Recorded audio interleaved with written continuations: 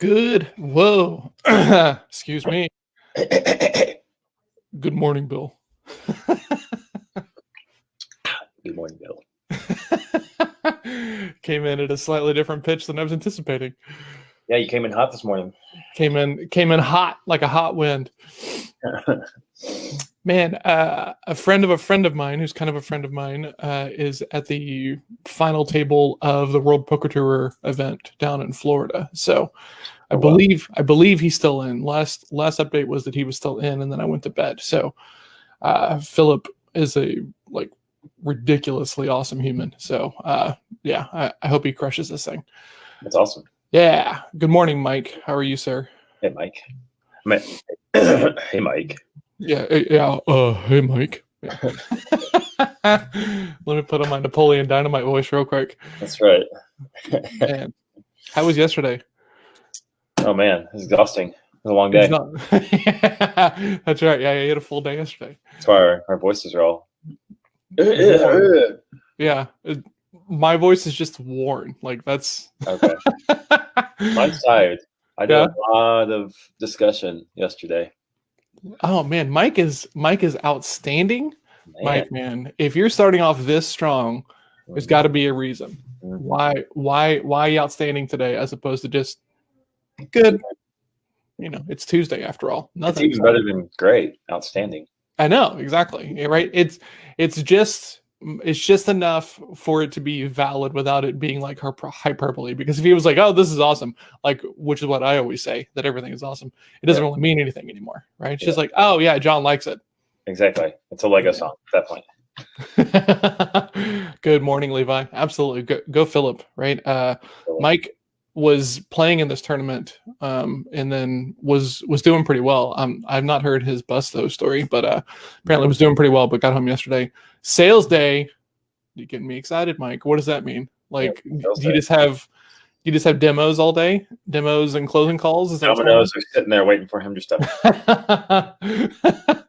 Knock him down. Make sure you get the last one set up before you start knocking them down, because otherwise it's not gonna feel the same. Not the same flourish. Man, I picked a domain for the book last night. Oh, I bought the domain. Book title has been selected. I'm excited about it. Do we get to know it? Not today. Okay. Not today. I got to figure out if how to do it and talk about it, market it. There's a difference between talking about it and marketing it. But sure, for sure. So yeah. But yeah, I'm excited. We'll just tell them, everybody. Selling from Scratch is going to be the name of the book. I like it. Thank you very much. Melissa and I were just talking about book titles and talking about stuff, and then she found this tool that kind of tests your book title. We're running through some stuff, because we had some other labels that we really liked. A new friend of mine who read the book, he recommended The Authentic Salesperson. Oh, yeah. Which was a great title, and he gave me the compliment, which was super nice. And I like the idea of being able to say, "Oh yeah, the family's up this morning." Oh yeah, yeah. Now you have raccoons. Huh? So now you have raccoons in your trash. Yeah, exactly. Pretty much. So I like the idea of being salesperson versus salesman, because obviously women can sell as well, and oftentimes women outperform men, when it comes to sales, because the empathy components and stuff like that. And then I was like, yeah, I'm not really sure, blah, blah, blah. And then we also like this title that I talk about this idea a lot about conversational leverage. And so we were going to call it that, but it's kind of, I was trying to think of a title that was going to allow people who have got this kind of weird view about selling to pick it up. Is kind of the idea. And so, well, I was going to say, I think the title is super approachable. I think that's why I like it the most. I know. Yeah. Very, very simple and approachable. Yeah. So then, we'd gone through five different titles or something like this, and scoring them and kind of talking about them and what's the subtitle going to be and everything else. And then just on a whim, I said, "What about selling from scratch?" And and so we tested it through this thing. It ranked pretty high, and then the domain was available, so it's purchased. We now have a little positioning to do in the book to kind of make it fit with the title, but it's not going to be a whole lot. But I'm excited. That's awesome.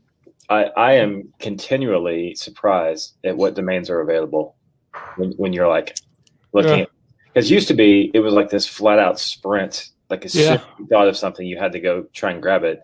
And I think almost we're to the point where people have like bought them and let them go and expired. Oh yeah, there's probably stuff just sitting out there that's good again. Because I've done that probably 3 times this year. I'm like, oh, there's no way that's not even available. And then, sure enough, .com, there it is. And so I'm in this No Cake and Slack group, right? And I talk about sales. Everybody else is mostly like a marketing driven entrepreneur there. I'm probably the only like real sales person there, and we keep having these like kind of group networking calls, right? And somebody will pull the string about self-awareness or something like this. And then I'll get fired up. And they're like, wait, what do you do? And I'm like, I'm a sales coach. I'm a sales coach. And they're like, wait, like this isn't selling. This is just relationships and conversations. And I'm like, yes, that's all it really is. Like, what did you think it was? You know? Why do you think women tend to do so well at it? They tend to be better at relationships. Oh, Mike is just on fire today. Breaking I love this. My heart, Cal. I mean, you are like crushing me, bro. That's yeah. No, and Mike, if you can somehow use your magical abilities to get JakeJordan.com, this Jake Jordan. Oh gosh, I can't even tell you. Like there will be things available that only in the corners of the universe you can find.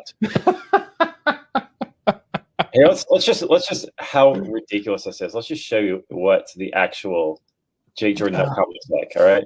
JakeJordan.com is an infinity stone for Jake Jordan. Like if he ever gets it, he'll be able to snap. Oh, look at this. Hold on. This is amazing. This is 1987. Look at this. I love the photo on top of the other photo. Oh, no. The sidebars and here, let me get this full screen out. How could he possibly be expected to sell this to you? There's no way anything you're going to do is as great as what he's doing with this thing. Oh, look at that. Look at that. Oh, it's beautiful. It's just, I'm sorry, it's hurtful. I could just stare at this for days longingly. And hey, you know what doesn't work in selling websites? I learned this the hard way. But when you call someone and say, hey, you know what? Your website doesn't look very good. We can make it look better. You hear all kinds of responses about why it's okay that it looks exactly the way that it does. Man, if you want to get a laugh, that is a good thing to do. Just call people up and be like, hey, man, your website really looks bad. Yeah, you might as well call them and say, hey, you know that kid of yours? Yeah. Yeah. Yeah, you have probably the dumbest kid in class. I'm raising the smelly kid. I'm raising the smelly kid. That's right. Speaking of smelly, one of the clients, you're like, where is this going? Yeah, exactly. One of the new clients working with is a startup that's already done really, really well. They're called Pit Liquor. And what? They use whiskey and vodka to create natural deodorants, and they have won all sorts of stuff. I saw your post about this actually. Yeah, I bought some. I can't wait to check it out because it's not even there yet. So you're just just trying to guess how much like vodka it smells, or whiskey or vodka. Yeah, but supposedly it doesn't do any of that. You don't necessarily smell like whiskey or vodka. It just has alcohol in it, so it kills bacteria, and that's why it works. Interesting. Yeah, so Look at Levi Oliver coming in, right? We've introduced Levi to too much of the dark side of the internet. Immediately he's in the book title and he's in the branding. Yeah. Easier to change your name and start branding yourself from scratch than to take that domain. Dude, that is the epitome of from my cold dead hands. That's what that is. Especially since the guy, he's a fisherman. You can do that till you're 94. So it's not like, he's on some industrial. And the one time you wish for someone to have a a profession like Muay Thai fighters. So that way he's Yeah. done at 25 and then, has to go on and do something else for the rest of his life. Mr. Jordan of Florida, you have done a fantastic job. I think you should retire. I think it is time to put away the teaching rods. Hey, if you got that guy some leads, he would be able to have more voyages, and then he could shut this thing down. So maybe, Jake, maybe if you really wanted to help him, you would just kind of market his stuff for free. And then once he saw the value of it, he would then hire you and pay you on a retainer to do it for him on a regular basis. No, then he would actually torture me by making him redo his websites. I would actually be crushing my own self further if I thought the site you come up with him for the redesign is better than like anything you would do for yourself. Better than my own stuff now. Yep. Yeah, because it's not mine. Well, our own stuff. I know it's so hard to market your own stuff. Yeah. Oh man, that's I wish I was a fly fisherman. Website. Man, okay, dude. Busy day yesterday for me as well. Like, holy crap. Got to go over. I got to work on some stuff with Jordan. Some changes to the process, which I think are going to help him and Levi close a lot more deals. So kind of starting to work on that. Then had a call with the partner from the real estate group who's like helping me out with some of my stuff to get me back to the place to where I can focus on the real estate thing. Then I had a call with a friend who lives in Austria. Really, really cool guy. He's working on a SaaS product and he's writing a book as well. And then did some assessments with a potential sales hire who is going to be pretty good. There's going to be some unique things to deal with, but there always is. And then had a private coaching call, and then had a networking call with a guy who runs an agency, and he ended up buying a package from me for like the assessment, the course, and some group coaching access. So nice. Yeah, it was a solid day yesterday. Yeah, that was a Mike Tao day right there. I mean, yes. I mean, it was really good. I don't know that it was outstanding. So maybe just a hair. You give away the outstandings very often. So that's no, fair. Yeah. I mean, it's outstanding. It's standing out. It's a big deal. That's right. I want to have lots more days like yesterday, so it shouldn't be outstanding that I had a day like yesterday. Yeah. Well, but you could be outstanding for yesterday, but then when you start stacking it, the level goes down. There's a new level of outstanding. That's true. No, man, I like the sound of that. What do you have today, Bill? Today's a big fulfillment day. Doing a lot of wrap up and summary from yesterday's stuff, and writing some copy, and a lot of fulfillment today. A lot of client work today, largely. I do have one meeting, a potential new. It's an introduction, which I think could be a pretty good client fit. I don't know though yet, so it's just going to be an introduction call. So I'm looking forward to that as well. Okay, awesome. Yeah. Have a great day at school. Have a great day at school, Alice. What'd you say? Nothing. Thank you. You're welcome. Jake says, have a good day at school as well. Thank you. Yes. So I have the family law team at 8:15, and then I have a big window for blocking and tackling, which is good. Then I'm talking with the owner about the person who we ran the assessments on and had the conversation with yesterday. And I have sales practice lab with a new person coming into it. And then I have a digital networking thing with a guy named Jason Hanna. He works as a head of product for a SaaS company, and he's kind of looking to get out and do some consulting and stuff. And he's in the same spot that everybody like else is when they start. They're like, well, I do this thing over here, but like I don't really know like what I do. It's like, man, you help people get goals done. Like that's what a head of product is. And he was just like, yeah, I know. And it was so funny because like he was just kind of talking about like his own like loops and things that he gets caught up in. And he's like, man, I just help people like get more done. And I was like, dude, I do the same thing. That's it. Like mostly it's just helping people figure out like what's like standing in their own way, right. helping them view that and then move it out of the way. You're doing that for a company that's paying you like probably pretty good money already, right? And he was like, yeah. And I was like, so is your boss paying you in error? Like, should he not be paying you? And he was like, no, he should be paying me. I said, then why shouldn't other people be paying you for doing the same thing? Yeah. And he was like, can we chat? And I was like, yes, we can chat. You let me know when you want to chat. We got a fish. You're just dangling that bait there. I mean, like this is like when you divorce yourself from your emotions and your perceptions, which is an ongoing thing. I was just writing about this morning. That like let's look at this rationally. A company's paying you probably $75,000 to be this head of product. Why wouldn't somebody else who's dealing with the same stuff of like not being able to get traction, not being able to break down a big goal into small measurable components that they can work on, and then having the right motivation to go do that stuff? Like you can do that for $70,000. You can go find 70 people and do it for $1,000 a month. You end up making the same amount of money, but having a lot more like freedom and everything else. But when you're starting, and even to a point like later on, it always feels like, oh, well, this isn't a big deal because it's just me doing this. And this is me saying this, who says this about everything that I do. So I get it. But yeah, like let's look at this realistically, right? You work for a company who pays you ongoing to do this full time for them. They obviously see value in this. Why don't you see value in helping other people do the same stuff? So was he itching to get out of there, or was that just like? No, he likes his job. So he went to a development boot camp, not the one that I worked with, a different one, and then kind of just figured out that he wasn't that great of a coder, but he was really great at like project management and like helping people break down bigger goals and like stay in line. And so then he just kind of fell into this like head of product role, but he wants to monetize it and help other people and eventually move away. But he's not itching to do it. So gotcha. It's like, man, I get great. Yeah, I know you and I have talked about this quite a bit. Is when you do start your own side hustle, it's great to have a day job, especially when God, I would love it. There were days where I would love a day job. Well, but I mean, like you can like, I have to quit now. I'm making so much money on my side. Yes. That's what you want. Not, God, I hate my job. I'm going to go scrap some pennies together and eat ramen, and so not make myself going to work in the morning.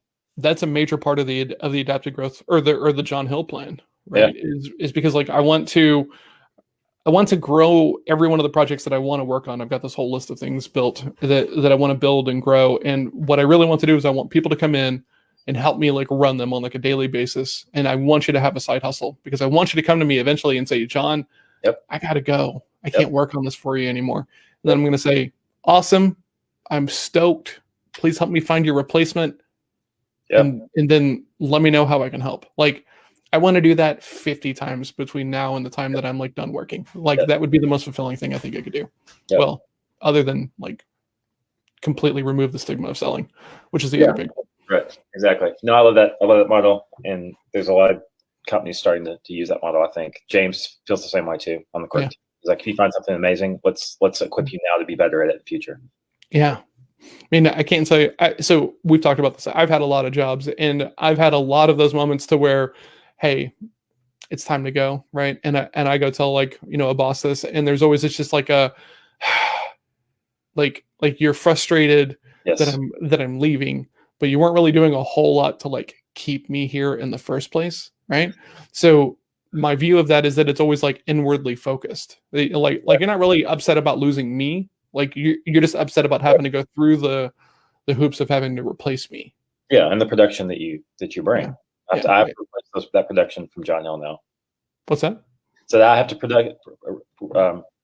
replace the production. Yeah. John Hill, that's managers that care about numbers. That's what they're going to care about when someone leaves. Yeah, for sure. But yeah, so I don't ever want to be that guy of like, oh no, you can't leave, or worse, even being like mad about it. Like, why? I don't know. I just don't have that in me. Yeah. Well, it's becoming like a discovery too. If you're good at doing that too, it's like, good. Tell me more about this. I want to hear about what's exciting. Yeah. You may unravel it and be like, oh, well, I mean, we have some stuff like that here. Actually, if you don't actually want to leave, if it's just like I have this amazing idea I have to go do, because that's not how everybody goes, right? It's like, I want to move on to something else. And honestly, I think even more so than that is by being the voice of like, hey, look, I want to help you grow your side hustle. I want to help you grow your side hustle. I'm going to have a much better view of kind of like where you are in relation to like you actually leaving. So then I'm going to be better prepared. We're going to be talking about it on a regular basis. So there's no shock whenever you come in and say, hey, John, my e-com brand has hit like X. It's time for me to go do this full time. Absolutely. We knew this was coming, right? Congrats on hitting the milestone. Let's talk about how to get you out of it. It's like, so I can work on this stuff with you collaboratively, or I can be one of those bosses who's like, no, you can't ever leave me. And then you're going to go do it anyway. and then I get completely blindsided. It doesn't make any sense, like, to be selfish with your people, because they're not yours anyway. Right, exactly. You're renting them basically. Yes. Yes. And so when you celebrate that, it's even better. Like if you had somebody that's a writer for you and they wrote a book, like Adapted Growth could support the launch of their book. Absolutely. Absolutely. Our guy, this is how awesome he is. He's doing his own book now. But yeah, that stuff's amazing. Yeah. And I think it gives credit to the company, because when you see a company celebrating their people, absolutely, you're like, oh, that company must be fun to work with.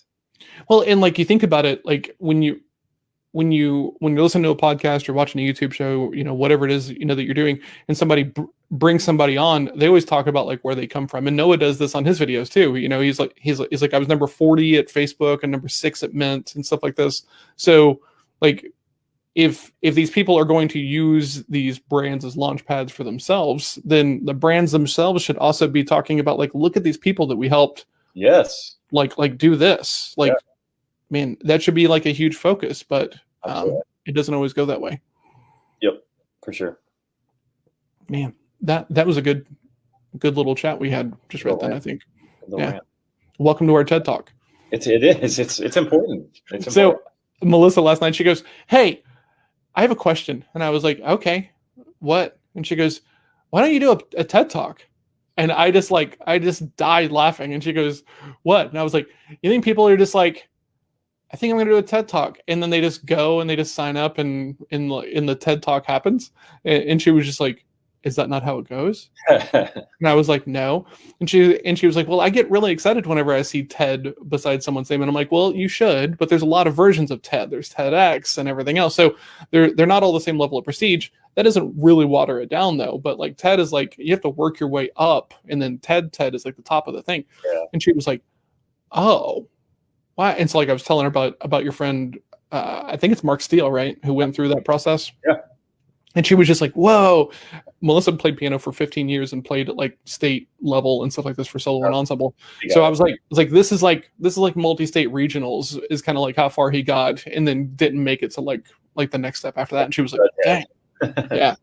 She was like, "Wow." And so then she's on the TED website, and she's like, "Well, what if I just recommend you?" And I was like, "I'm sure that like 150,000 people get like nominated a day. I don't really think it matters at all." Yeah. So, well, and I actually plan to do a TED Talk as well. But I'm going to go for a local regional TEDx, Collin County Community College, whatever the little regional TEDx is, because from my understanding, if you do one of those, that's kind of like your invitation to apply for the big. You have to do the small one, unless you're just like some phenom, that your YouTube stuff blows up because you speak at, some conference and TED comes to see. But that's, that's 1 in a million type people. Yeah, for sure. Yeah. So, and you can still put TED beside your name if you do it. You just put Plano, TEDx Plano or TEDx whatever. And like you said, most people don't know how it works, so they see TED and they go, "Ooh." You said don't know how it works. It's funny because I have no ill regard for people that like are like TEDx speakers. Like Quentin is a TEDx speaker, right? I mean, and so like I don't have any problem with like using that as like a way to kind of build your brand or anything else like this. I'm not trying to give that impression. It's still legit, right? I mean, to get to that level of like getting up in front of a couple hundred people and speaking. So yeah, no, it's legit. I mean, it's like Toastmasters, right? Like not anyone gets to go and compete in Toastmasters things. You actually have to prove you can speak first. You can't just show up. What's the biggest group you've spoken to, people wise? 600, probably 600. Oh, damn. Yeah, that's significantly more than me. Okay. Yeah, I mean, because like I knew you had to be more than, because like my max is like 125. I think. So 125 at an event, and I got up and spoke for a little bit. But yeah, man, 600 is a lot. Yeah, at whatchamacallit, at what's it called out in California? It's the YouTube one. It's 2 years ago. It's YouTube's big national conference every year. West Coast, and it was when LinkedIn was all the rage. And you were doing the Unlearn show. Mm-hmm. And so I was a stage speaker at one of the paths. Cool. I was out there, and there was somewhere between 500 and 700 people in the room, something Wow. like that. It was one of their bigger rooms. Man, that's awesome. Yeah, it was pretty awesome. Yeah, because like, Melissa yesterday, she's looking at the nomination form and she goes, how many people have you spoken with? And I said, I don't know, 125. And she did not know this. And so she just kind of like stops and looks and she's like, when? And I was like, it was this networking event. There's like a bunch of people there and I got to get up and speak. And she was like, oh, weren't you nervous? And I was like, no, like oddly no. Yeah, I'm always nervous before I speak. Yeah. And I start, and as soon as I open my mouth, and like the first 5 words come out, okay, I'm in it. But it's just the nerves beforehand. It's kind of like you hear about actors still get nervous before the camera rolls. I'm the same way. One time I was talking to my friend Jordan, and he was a drummer for a while. He drummed for Ben Harper, and now he's got a band, and they do more kind of like local stuff, and they're not really playing at all because of COVID. And so he's mixing and mastering and producing a bunch of music. And there's like a local show, and I was like, hey, which one is more nerve-wracking? Is it the small local show with like all the people or is it like playing in Rome, right? And he was like, man, all of them. Yeah. And I was like, what? Yeah. And because like, man, like he was the drummer for Ben Harper. He's been on the stage with like Ringo Starr at the same time, like he's done Kimmel and a bunch of that stuff. And I was like, they're all nerve-wracking, and he's like always nervous before. And I'm like, man, that's crazy to me. Like I can't really wrap my head around that. So. Well, and you can be nervous and not let it overtake you. But true, just, for sure. Butterflies and what's funny is I was at a homeschool last week, and there's 8 kids in Jackson's class, and they were doing impromptu speeches, and they would take from a mason jar a subject about a Martin Luther King quote, and then they have this structure that they're trying to learn on how to speak, and so everyone was picking these out, and everyone kept picking this one up. They got to pick up 2, and you choose the one they wanted, and then everyone kept dropping this one, and so I was like, I'll take that one, why not? And so they had some time left over. I was like, hey, Miss Miller, I'll speak on that hard one if you want. And she was like, yes, we would love that. And so, dude, nerves. I sat there. I had about 60 seconds to prepare for this quote. And I got up there and I was like, like I could feel the nerves, but that's like in front of 8, 12, and 13-year-olds. I was nervous. So I think these days, the more prepared I am, or the more that it's like a topic that I've spoken on before, the easier it is for me to not be nervous. Sure, right. Sure. Before, I would always just kind of be like a bundle of nerves. Right. But this is going to sound weird, but like the stoicism has kind of like helped me put some of that away. So as long as I feel like I have had the appropriate time to prepare, then I'm going to be fine. But that spur of the moment, and actually like the spur of the moment is kind of okay as well. It's the semi-planned stuff that's like there in the middle, that I've thought about a lot, but haven't really like written down in a way that it's like cohesive, and like talkable. Like that's the stuff that is hard for me to like share and work through and talk through and stuff like that. So, but if it's not that kind of thing, if it's something that I talk about a lot or something that I'm really passionate about or something that I like, I'm just going off the cuff with like this, then there's no real nerves. There's something about prepared speeches or prepared presentations that are more nerve-wracking, I think, in general, because like when people ask me to be a guest on podcasts or whatnot, I get no nerves because it's like I don't get any nerves from getting on a podcast. Problem. But when it's like, hey, I need you to stand up, we need to cover this subject, and obviously they're looking for a certain level of quality, because they're hiring you or whatever. And it's for me, it's never a lack of confidence per se. It's more just like, I think it's for me, I want to do well. I want this to really do well. I think that's where my nerves come from, not, oh gosh, why'd they hire me? Oh gosh, I'm not prepared. So that's a different nerves. It is. So, the Daily Stoic today was kind of talking about this idea of like managing your perceptions. And I kind of got caught up in this idea that like, you're never really done managing your perceptions. Like there's always another level to it. And there's this thing from Kung Fu that when you're learning a technique and you don't really have it down yet, as opposed to make it like small and tight, make it like really big and really slow. So like if you're trying to do like this thing, right? In the beginning, you have to go and make it like this big, huge, wonky thing. So that way, that you're doing it, but you also know that you're doing it wrong. right? Because if you try to do it like slow and fast and you're also doing it wrong, it's not going to feel very wrong. So you're going to talk yourself into like, this is the way it's supposed to feel. And so, when it comes to like things like stoicism and managing your perceptions, I think, and I just had this like today, like pick the one thing that's going to be like the biggest thing that's like impacting your nerves and your view and your anxiety and all that stuff. And I think that for most people, that's news and social media. Probably. Yeah. Absolutely. Which is why so many people try and quit it, because they know subconsciously that that's killing them. Yes. Yeah. And so my big thing for the year has been that we talked about the year of no, but like it all kind of started from slowing down and being present. And when same thing, almost like the illustration you just said, right? It's like when you make it bigger and slower, you see what's going on. And I think we've been trained through social media and news speed. And so we ignore a lot of things that are tripping us up, not because we're trying to ignore them necessarily, but because we're moving too fast. And like you said, like, oh, this feels almost right, but there's something wrong, So slowness is a big part of what I'm working on. Yes, absolutely. Slowness and stillness for sure.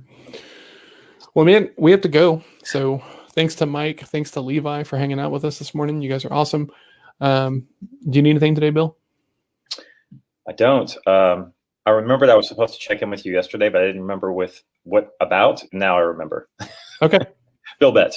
Bill Bet. Yes. You talk about Bill Bet. Yes, we do. But we can still do it. Okay. So after air. All right. Well, yeah, we'll figure it out. Okay. Thanks, everybody. Cheers.